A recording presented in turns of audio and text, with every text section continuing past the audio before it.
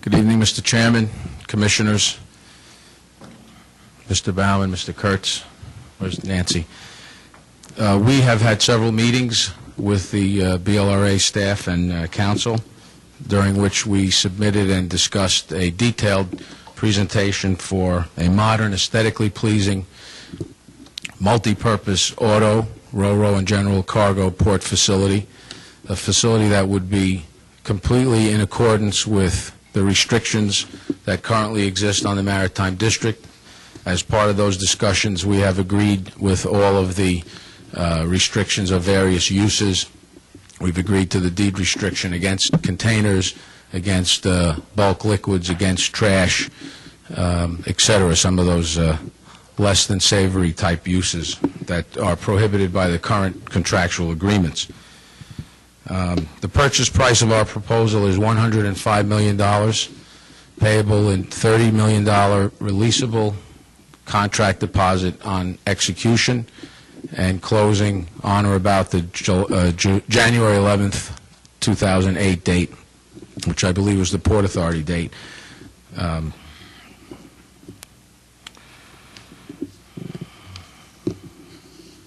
We've agreed with a number of the, essentially all of the terms in the redevelopment agreement. We've had our council review that agreement. We've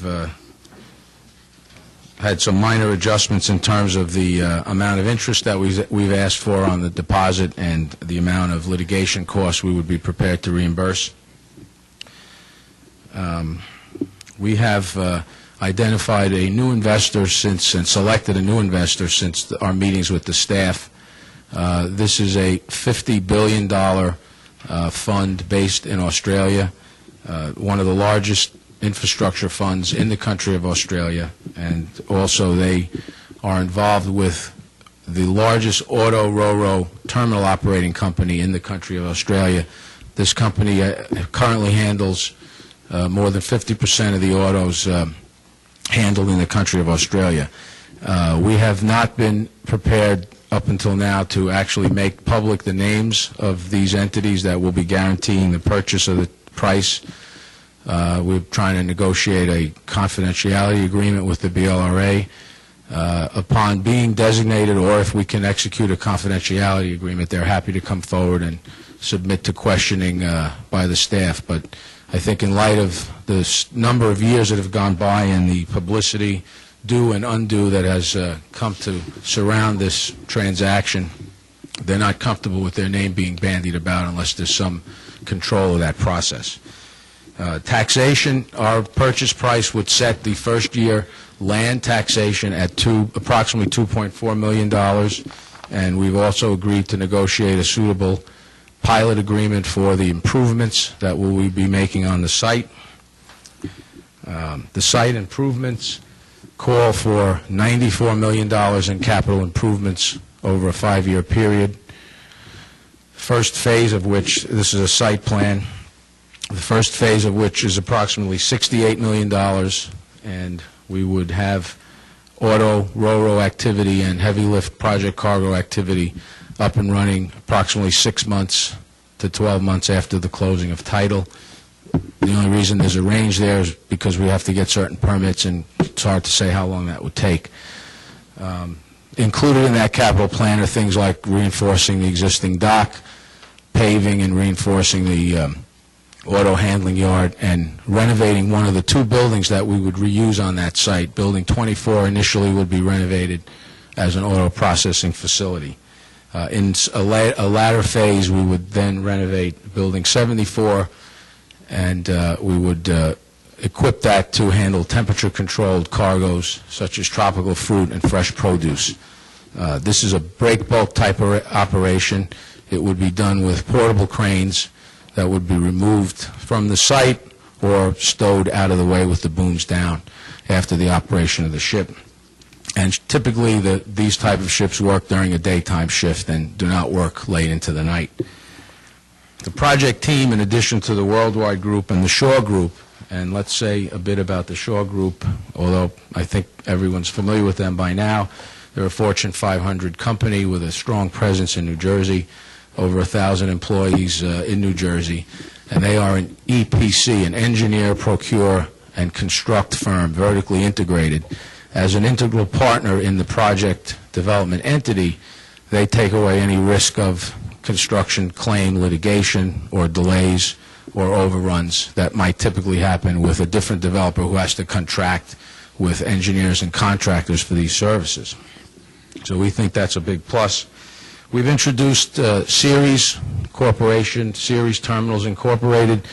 Ceres is similar to a Ports America in the sense of they're a 50-year-old company, long-standing, active operator of all types of cargo terminals throughout the U.S. and North America, 26 locations. They have a number of large state-of-the-art auto terminals. You see one here, Jacksonville, Florida. And they also are affiliated with the NYK Group, which is a large importer of automobiles into the Port of New York and New Jersey, NYK being a Japanese company. Ceres is resident on the peninsula. They are the current stevedoring company that handles the Royal Caribbean operation, the cruise port stevedoring. And Ceres is, of course, fully certified by the United States Customs, and they will be conducting the day-to-day operations under our direction and supervision.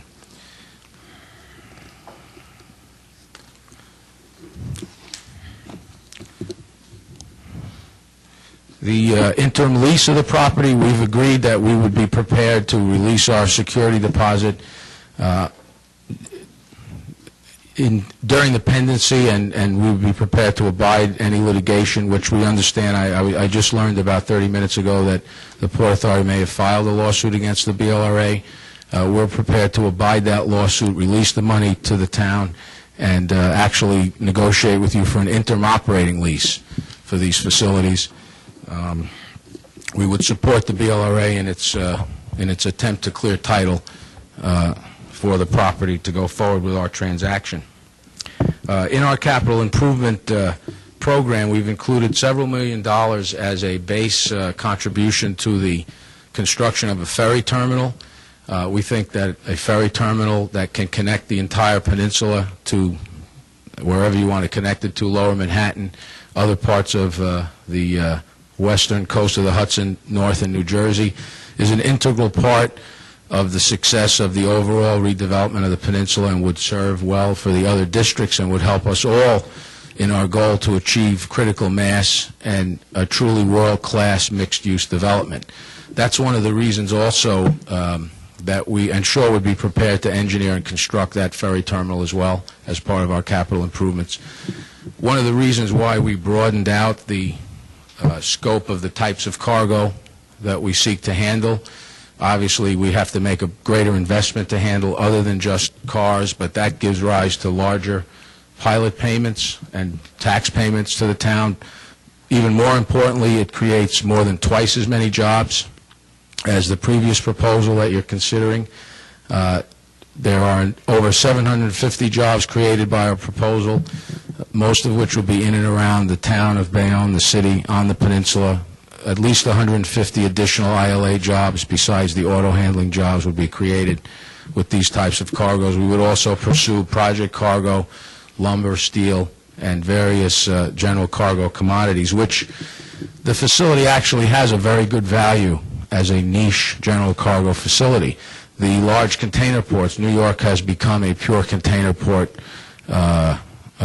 essentially. There's very little room to do other types of cargo, and it's gotten pushed out into other ports, even though much of it does have to come into New York eventually.